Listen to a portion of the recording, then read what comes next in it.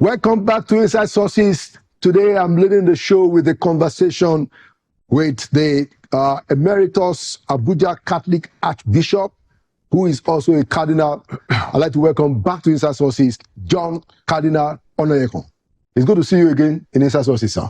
I'm happy to be on your program because it gives us opportunity to share our views and hopefully also help the nation. Very true, very true.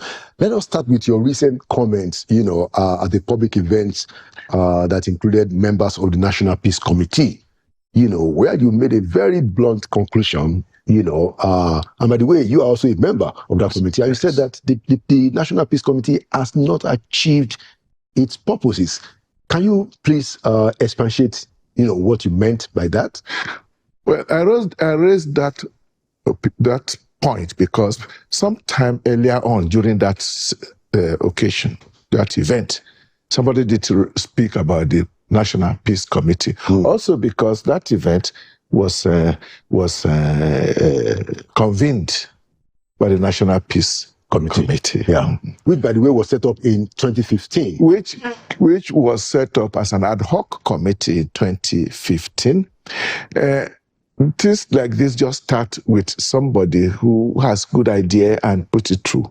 Let me just say, from what I understand, it was somehow a brainchild of Ben Obi, who at that time had the role of linking up the government of Jonathan with the National Assembly. I don't know what they call those people. The licensing officer. Yes. The special advisor on National Assembly matters. So the election was coming. The atmosphere was heated. We are getting all kinds of stories. Hidden agenda or some not so hidden. And must be that Jonathan himself wanted to see whether we could get some people to more or less intervene to douse tension. What I know was that Ben Obi came to my house and told me that they are trying to put together a group of respected Nigerians, including religious leaders. Would I please join the group? And I agreed. I joined the group. We were working on that thing. And we were working also on trying to douse tension during that election, especially when Jega was putting his figures up. And some people were protesting. You remember the case of one elder who went to sit down to protest what was happening at the collation center. Yeah. That what you are reading does not reflect what happened at the place. Yeah. And Jega coolly just ignored him and so on. We were still in our meeting deciding what can we do. How can we send messages to the two contestants? When news reached us in the evening that Jonathan had considered the election, we immediately decided. We went to Jonathan straight to congratulate him for doing so and to thank him for doing so. We didn't go into the details of why did he do so. And we then went immediately to where Buhari was there with his people. I think it was the APC headquarters in Wuse 2, where it is still hard now. Yes, on Blantyre Road. We met him there. Of course, it was not as beautiful and big as it is now. To congratulate him. And we had time to let him know that now he has a big duty to make sure that Nigeria is now safe. Now, what I would like to say is that... And the committee was headed and still headed by General Abdul Salami. The former head of state. Abdul Salami. But what I sincerely can say is that we were not responsible for the way that election dissolved peacefully. It was not as if we convinced Jonathan to concede defeat. We didn't. He did it on his own. He did it on his own. That's true. In fact, we were surprised. So from that point of view, we cannot say it was a peace committee that produced outcome. That particular outcome. Yeah. And of course, when the election was over, we dispersed. Somehow, the elections came next, and the people began to say, well, that group should not dissolve. They still need to do something about elections. And that's how the group began to be a little more consistent. Maybe the reason why it was able to go on was that the Kuka Center was saddled with the responsibility to be the secretary, to be convening it. And Kuka became the convener. And we are meeting regularly, generally, before elections. And a good number of elections are taking place. We had convened meetings of candidates of the election. We had to get through those rituals that everybody has now known about, namely signing of peace accord before the election by the presidential candidates. Yeah. And the content of those peace accord was nothing more but what the electoral law demanded, namely that people will behave in a civil way, that you will not speak badly against one another. You will allow peace to reign. You will also allow the result of elections to stand without too much complaint. And they signed that. Okay. So we did that in 2019. All over, all the time, right up to this. We kept doing it. And my own assessment, looking back, is that our elections have not been improving in terms of the normal parameters of free, fair, and credible elections. We have not been improving. Those who are beneficiaries of those elections often say, of course, we are moving, we are progressing, because it suits them, so to say.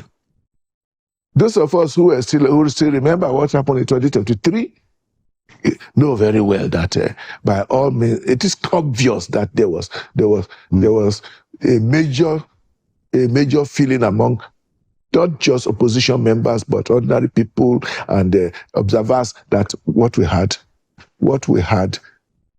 was not a free, fair, and credible election, which ended up at the Supreme Court. With the charade that took place at the Supreme Court, which has unfortunately given the Supreme Court a bad name that I'm not sure they have recovered from.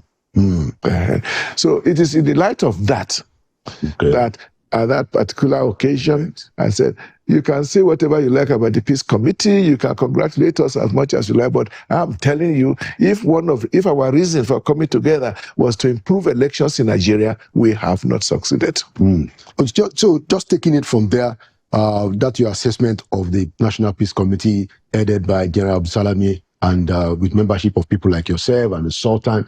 So how do you view the appointment by the president of Professor Mahmood Yakubu, the former INEC chairman, as an ambassador? What's your home view on that, Cardinal? Well, I never hid the fact that I was not satisfied with the performance of Mahmood and his INEC. We rejected his results. So I, in fact, we are still wondering why he stayed on that job. And it happened, of course, that he left the job at the end of his tenure. So he can say, I finished my tenure and left. But that doesn't mean that these records are not there for all of us to see. Whether he deserved to become an ambassador or not, I don't think I want to go into that. For the simple reason that it is a prerogative of Mr. President to choose anybody as an ambassador, whether it's his girlfriend or anybody who if he believes that someone else. It's always known that ambassadors, many of them, especially the non-career ambassadors, are people whom the president finds as being helpful to them. So if indeed Mahmood went out of his way to make sure that Tinubu won the election, I'm not surprised that Tinubu will be grateful to him. And that the appointment as election is simply the president's own personal recognition of what good thing Mahmood and his team did during the 2023 election. In other words, whatever I may say about Mahmood, as far as our president is concerned, Mahmood did a fine job. And from that point of view, there's no need for us to even discuss it. I'm not even sure we need to ask whether Mahmood will be a good ambassador or not. I don't know. And we can't, what about others who are on the list? We cannot start assessing their capability to be ambassador. Those who should have done that have done it according to their own understanding, namely the National Assembly. Right. So all of them went before the National Assembly to decide whether they could go ahead. And our National Assembly have decided on your behalf and on my behalf that everything is fine. So what's your own personal view about even the entire list? It took the president 2 years to come up with the list. What do you say about the caliber, the competence and the expectations? I don't know. The same thing like Buhari, who took 6 months to come out with a list of ministers. And what he came out with was something that we will say, is this all we were waiting for? Somebody spoke about an elephant who went into labor and delivered the rat. After all this is what we are coming out with. As you know, there had been quite a lot of concern expressed to the Mr. President and the government in power that we should not be leaving our major embassies without ambassadors for too long. So that he eventually started filling the spaces is something that we are very grateful for. How he feels it, whom he puts there, is quite another matter. You could say better to have somebody who may not be very competent than to have nobody at all. Because, again, it also depends on what you want your ambassador to do for you. Maybe the people he has put there are the kind of people who will do the kind of thing he wants the ambassador to do.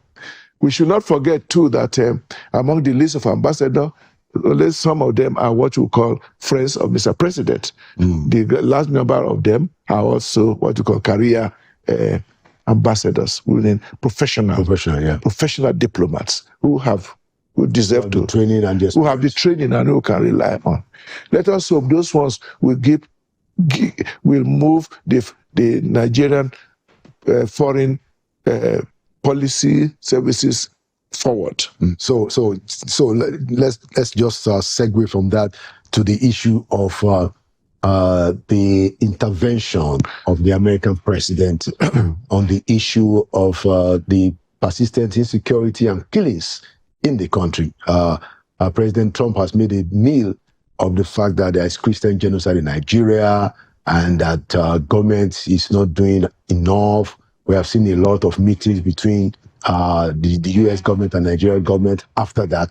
As a matter of fact, my view is that the matter has become a foreign policy crisis. Our internal security has become a foreign policy crisis because now we have the man that has the loudest microphone in the world, talking very regularly. I mean, since last month and now, about a month, there's virtually a week that he doesn't say something or major people in his government say something in the media or the UN, at the Congress, in the White House, and interviews about the Nigerian condition.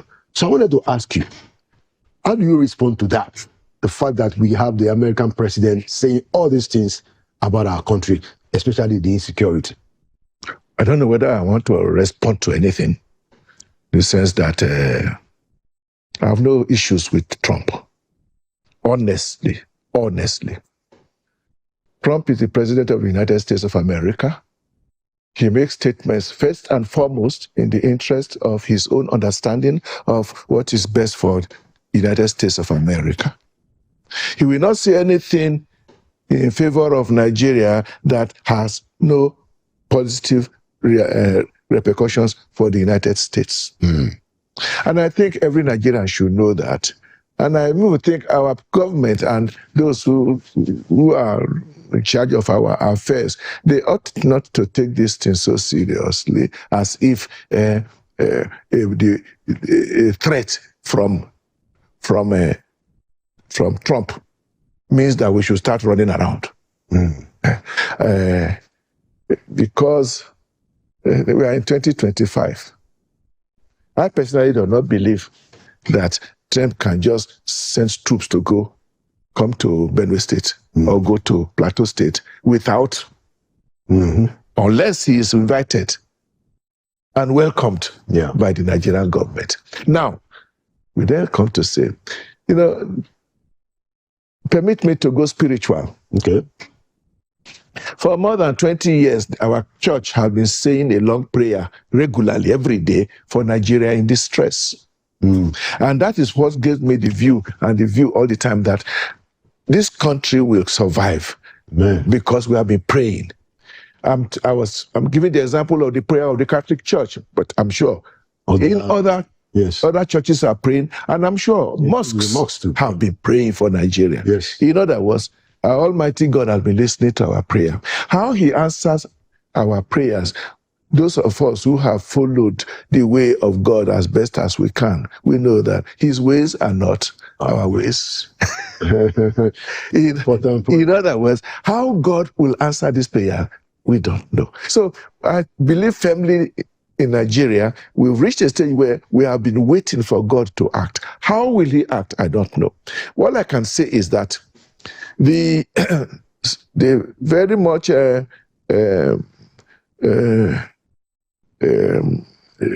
trumpeted and which the press has taken of the statements of Donald Trump, which he not only said once but doubled on it a few times, has generated something in our country. And my own position, my own feeling is that whether what Trump said is correct or not, it has raised, for me, gives me a ray of hope because it has changed a lot of things in our country. It has given me a feeling about my nation much more positive today than it was 3 weeks ago. Trump has not come here to. There are AI videos about Americans who have landed, I don't know where, but all those are AI generated. Yes. Not only has Trump not come now, but what we are hearing is that whatever the Nigerian government delegation went to do in America, and we are still not told the full details of alleged agreement that the Rebadu group arrived at with the American government officials. Whatever that may have been, it has brought out certain things that weren't happened 3 weeks ago. First, that my nation, my country has agreed that we have problem. Secondly, that the problem is probably beyond us. We need help. We have heard Nigerian government saying we are reaching out to others to help us. They specifically mention they are having agreements with the United States. And also this, we heard recently that they are reaching out to Macron in France. We didn't hear that last month. So something is moving. That the leadership of my country has now agreed that we have a problem. That is very important. Well, our problem had been all along. Our government had been telling us we are on top of the situation. We are on top of the situation. They will tell us there is no country where there is no terror, where there is no insecurity. That even in America, people are being killed every day. That means we should be happy with what we have. No. Now we know we cannot be happy with what we have. That what we have is not sustainable. And you cannot look up. So I'm happy that that is happening. And permit me to say that a few things have changed. A few things have changed for me. Okay. Let me tell you, because I wrote down, the things have changed. First, our president has said they are going to expose the sponsors of terrorism. We have not heard that before. Let's say, okay, Buhari has his own ideas. For 8 years, he kept picking his teeth. He didn't say anything like that. Tinubu is saying it. Mind you, I'm not a political ally of Tinubu. I'm not, but I'm looking at the reality of my country. And what is being said. Yes. And he said that we are hearing, he is giving a go-ahead to the security forces to use this word, flush out terrorists out of our forests. Our president now says all those people who are killing, coming from forests, should be flushed out. This is the first time we are hearing that. And why it is important is that these people in the forest have been committing all kinds of atrocities. And nobody at that level of president has said flush them out. Giving the orders to flush them out means he has also encouraged our armed forces to now do the rightful. And I hear that our new Minister of Defense has done this, told the military the same thing. Not only that, not just flush them out, but that we should stop. There should be no more kid glove treatment of these people, whereby we embrace them. They embrace dubious people supposedly surrendered and repented. We are hearing that was happening, that they were embracing so many of these terrorists who came and said, "I have surrendered, I have repented." And that not only did they embrace them, but they were even integrating them into our armed forces. Again, these are the rumors we are hearing, but the rumors are so consistent. Finally, I think there is a change in terms of the political will of the government. And the fact that Christopher Musa has become our Minister of Defense is not something we can just put aside. I may not go too far because I'm not familiar with the details of what went on. So I see that, I mean, it's a good thing that you are very optimistic. Oh, yes. With the the rhetoric and the promises. Oh, yes. And I wish that I have the same optimism, but I also hope because indeed. I tell you what I'm hoping. Yes. 2 days ago, I had a short interview with some our church members in Germany. Okay. And one of them, the parliamentarian, German parliamentarian, asked me this question. I said, Cardinal Onaiyekan, you said that you have hope that things are going to change. That we have been hearing this for the past 10 years and nothing happened. What gives you reason to believe that now something will change? And I told him, I think something has happened in the last few weeks which never happened before. Okay. And one of the things I said, I also told, first of all, we have been praying, and we believe that our prayer is not for nothing. Yeah, and I agree with you. And secondly, our country has gone down. And I think we've reached the rock bottom. There's nowhere else to go but to climb up. Okay. And it is time to climb up. Okay. Just one last question because of our time. I wanted you to also address the question of Christian genocide. The American government makes a big deal of it. The Nigerian government is pushing back. I have my own views, but I'd like to hear my view. What do you think about it? My view is this. I would just unnecessary debate over word. It's clear now that the word genocide means different things for different people. But in my own position is that if anybody says what I have suffered is for me genocide, if the Bishop of Makurdi says what I have witnessed from my members of my church, members of my family, where villages are being routed and Fulani herdsmen have occupied our villages and our people are all lumped in a IDP camp, and a lot of our people have been slaughtered. And he says, what I'm feeling is that my people are being targeted for extinction, which is called genocide. Right. My own feeling is that if anybody feels like that in Nigeria, and he gives this as his reason, we should not say he should shut up. We should not say he should shut up. That is how he feels.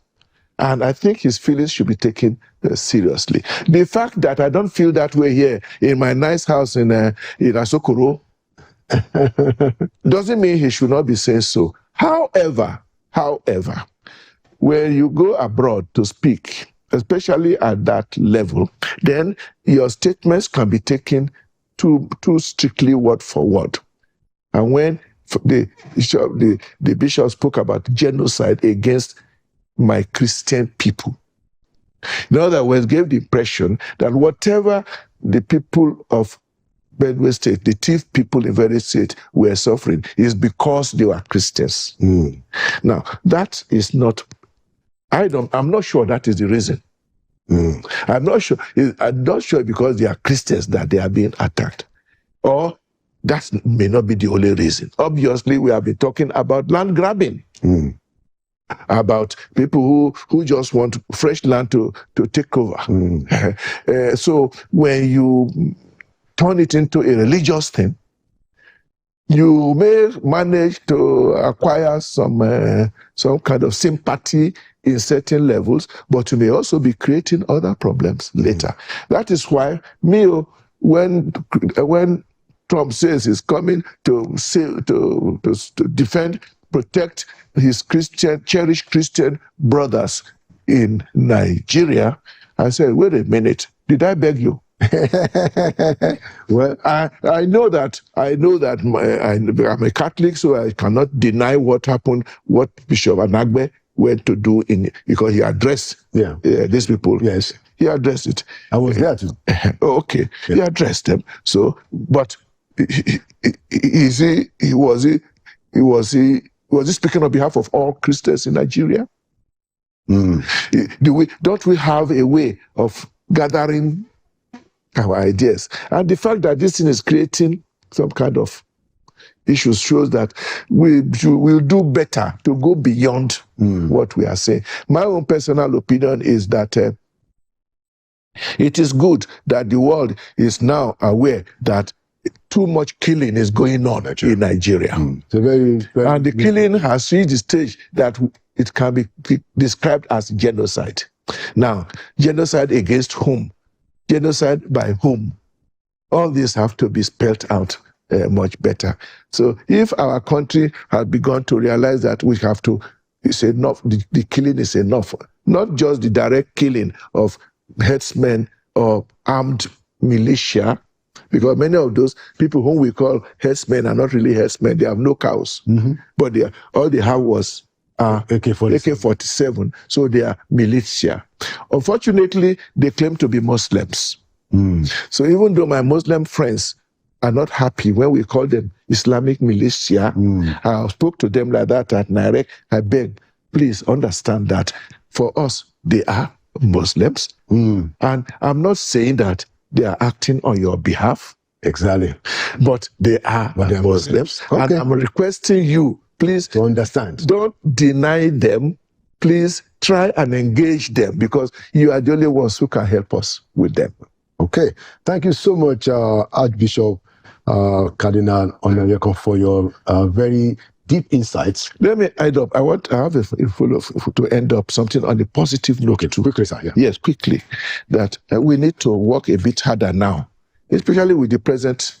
The Italian will say "l'aria che tira," meaning the kind of wind that is blowing around us. We have to make more effort to bring our nation together, because what we need now is a united nation that will tackle the common enemies that we have. These common enemies are not only Muslim terrorists. There are other criminals too, whom we have to deal with.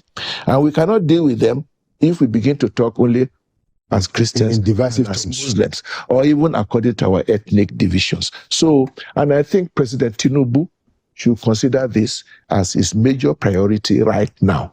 Bring the nation together across religious, political, ethnic lines. And this should take precedence over whatever ambition he maybe have nursing for 2027. Excellent. That's as for Tinubu. The rest of us, we should start trying to get to movement together.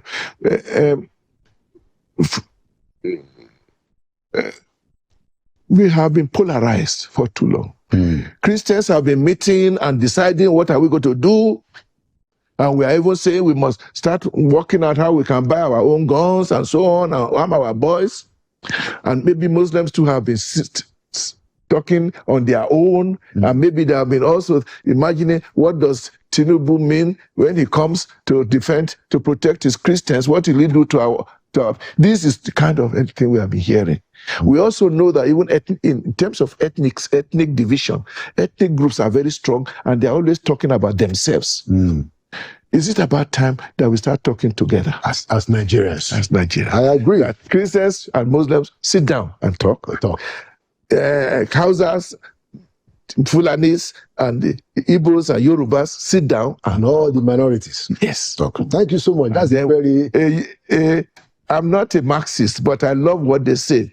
A nation united can never be defeated. Thank you so much. And I like the positive note that you ended the conversation with, and I agree entirely. Yes. That we need to rally together. And that's what we've been asking the president to do, to lead us, whether we are Christians or Muslims or whatever ethnic and whatever religion or region that we represent. And we should see results in the next month or two. By the grace of God. We are hoping so. Thank you so much again for coming to Inside Sources. And thank you for inviting me again. All right. Happy Christmas to you, Laolu. Thank you. Happy Christmas to all our viewers. Yes. I don't know where they are. Yeah, wherever they are listening across the country and internationally. Yes. Thank you so much, Cardinal Onaiyekan, for coming to Inside Sources. Thank you very much. All right. Inside Sources will be right back after this.